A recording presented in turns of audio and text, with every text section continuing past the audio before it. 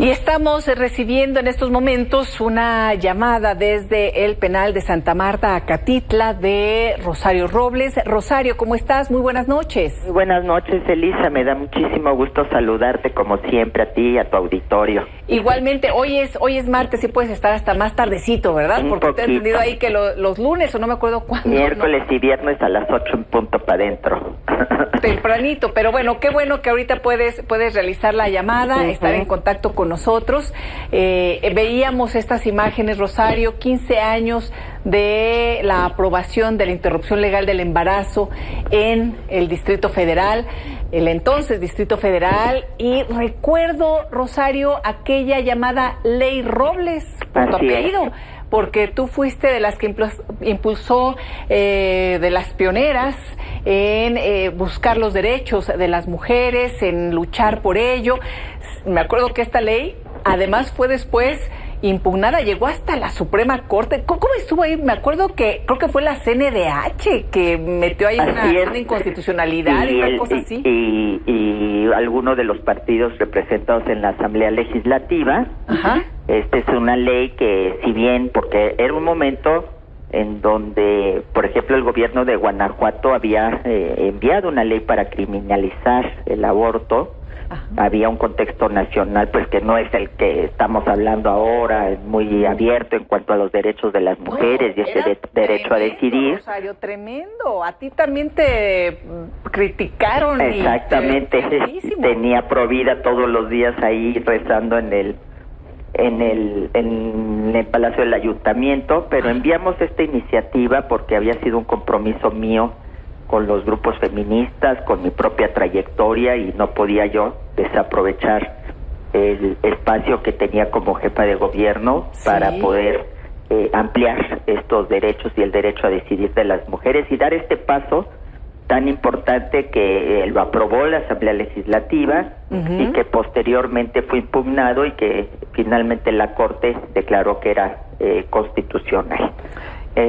Por cierto, la ministra ponente de aquel momento pues fue la hoy ministra en retiro, Olga Sánchez Cordero.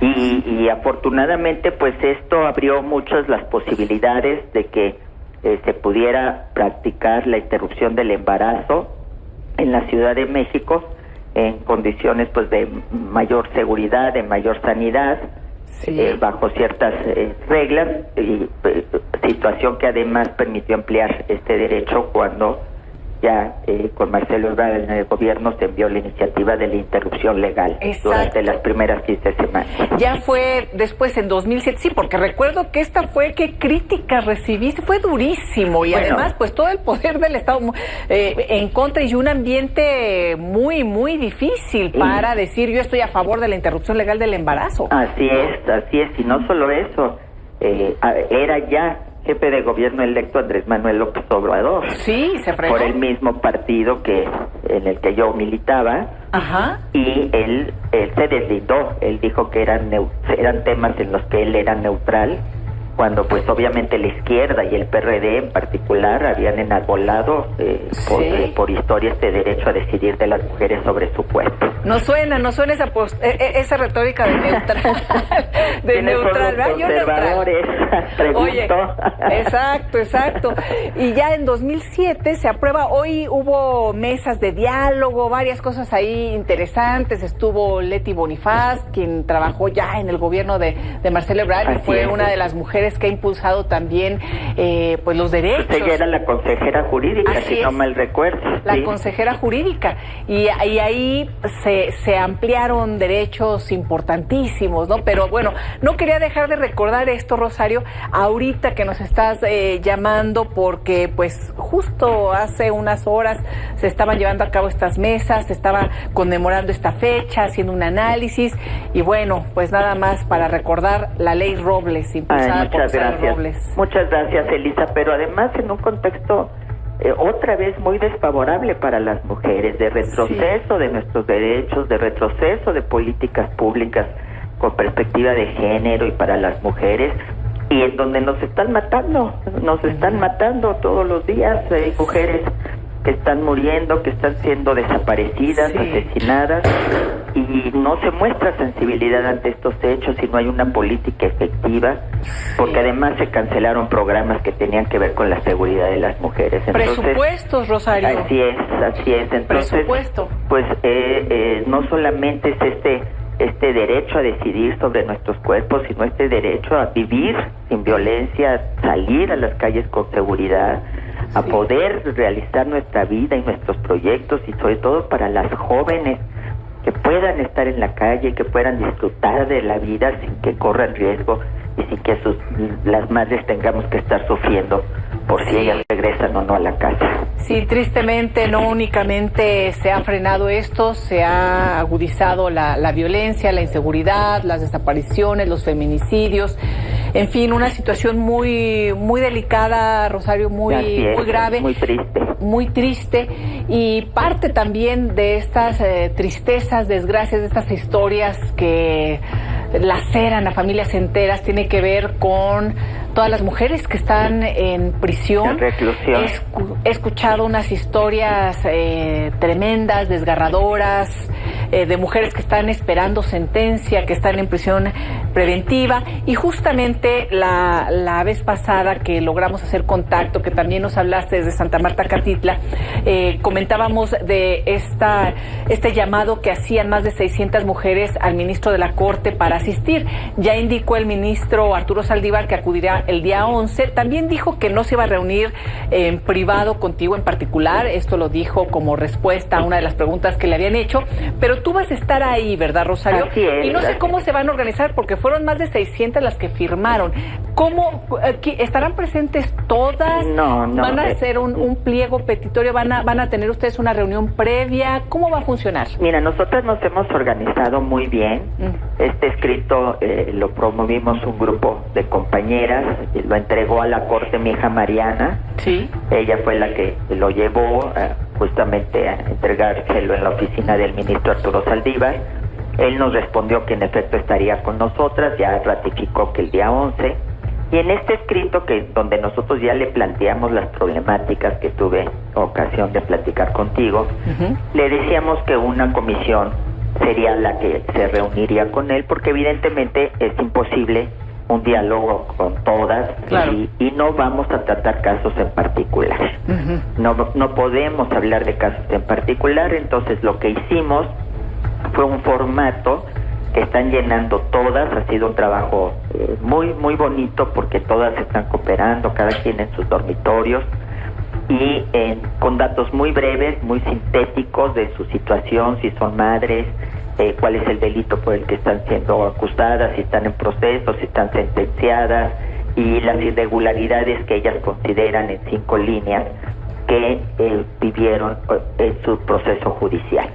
Entonces, toda esa información nosotros la vamos a catalogar por temáticas, vamos a agruparlas por problemática, y así se lo plantearemos al ministro Saldívar, para que se deriven de ahí seguramente ya mesas de trabajo con las personas que él nos indique para ver los casos específicos.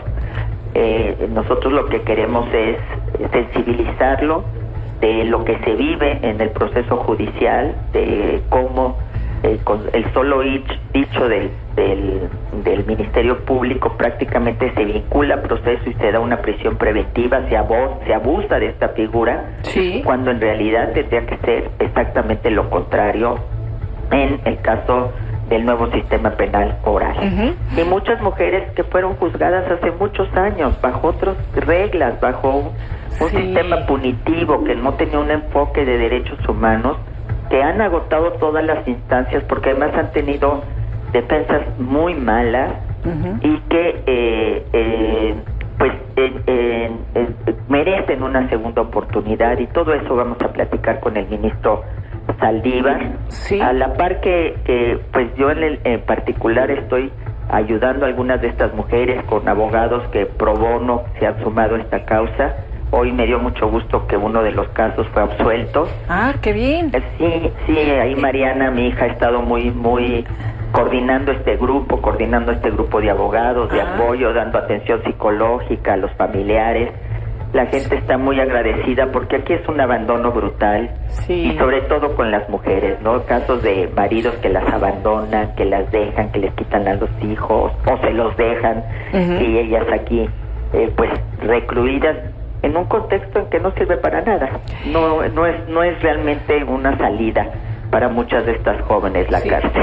Oye, Rosario, y pues bueno, tú llevas casi ya 3 años. En agosto se cumplen 3 años en prisión preventiva, en una situación pues muy, digámoslo, particular, porque el trato ha sido distinto, el que te han dado a ti, a otros que pues que se ha llevado a cabo en este nuevo gobierno a través de la Fiscalía, pero en fin, vamos a estar muy pendientes porque vienen ahí también momentos importantes en tu caso en particular. No sé cuándo tengas la siguiente audiencia. Ya pues jueces de amparo te han dado la razón, tribunales colegiados, pero no sé en qué va todo esto para que puedas seguir tu proceso en libertad, que es lo que tú estás pidiendo. Eso es lo que he pedido desde el principio. Yo estoy absolutamente convencida de mi inocencia. Todos los que están vinculados a esos convenios con las universidades están siguiendo sus procesos en libertad. Yo soy la única que está en la cárcel. Hay una justicia selectiva. Es totalmente fuera de la lógica de la proporcionalidad, porque para lo que a mí se me está acusando es de una omisión, no de un robo de recursos públicos. Sí, no es un delito grave. Exactamente, pero pues bueno, sabemos las razones políticas, y en los próximos días, semanas, tendremos resolutivos otra vez de los colegiados con relación a la medida cautelar y al proceso de fondo. Bien. Que se me está siguiendo, Elisa. Pero ya gané algo muy importante. Sí. Y después golpe en la mesa al fiscal Gertz.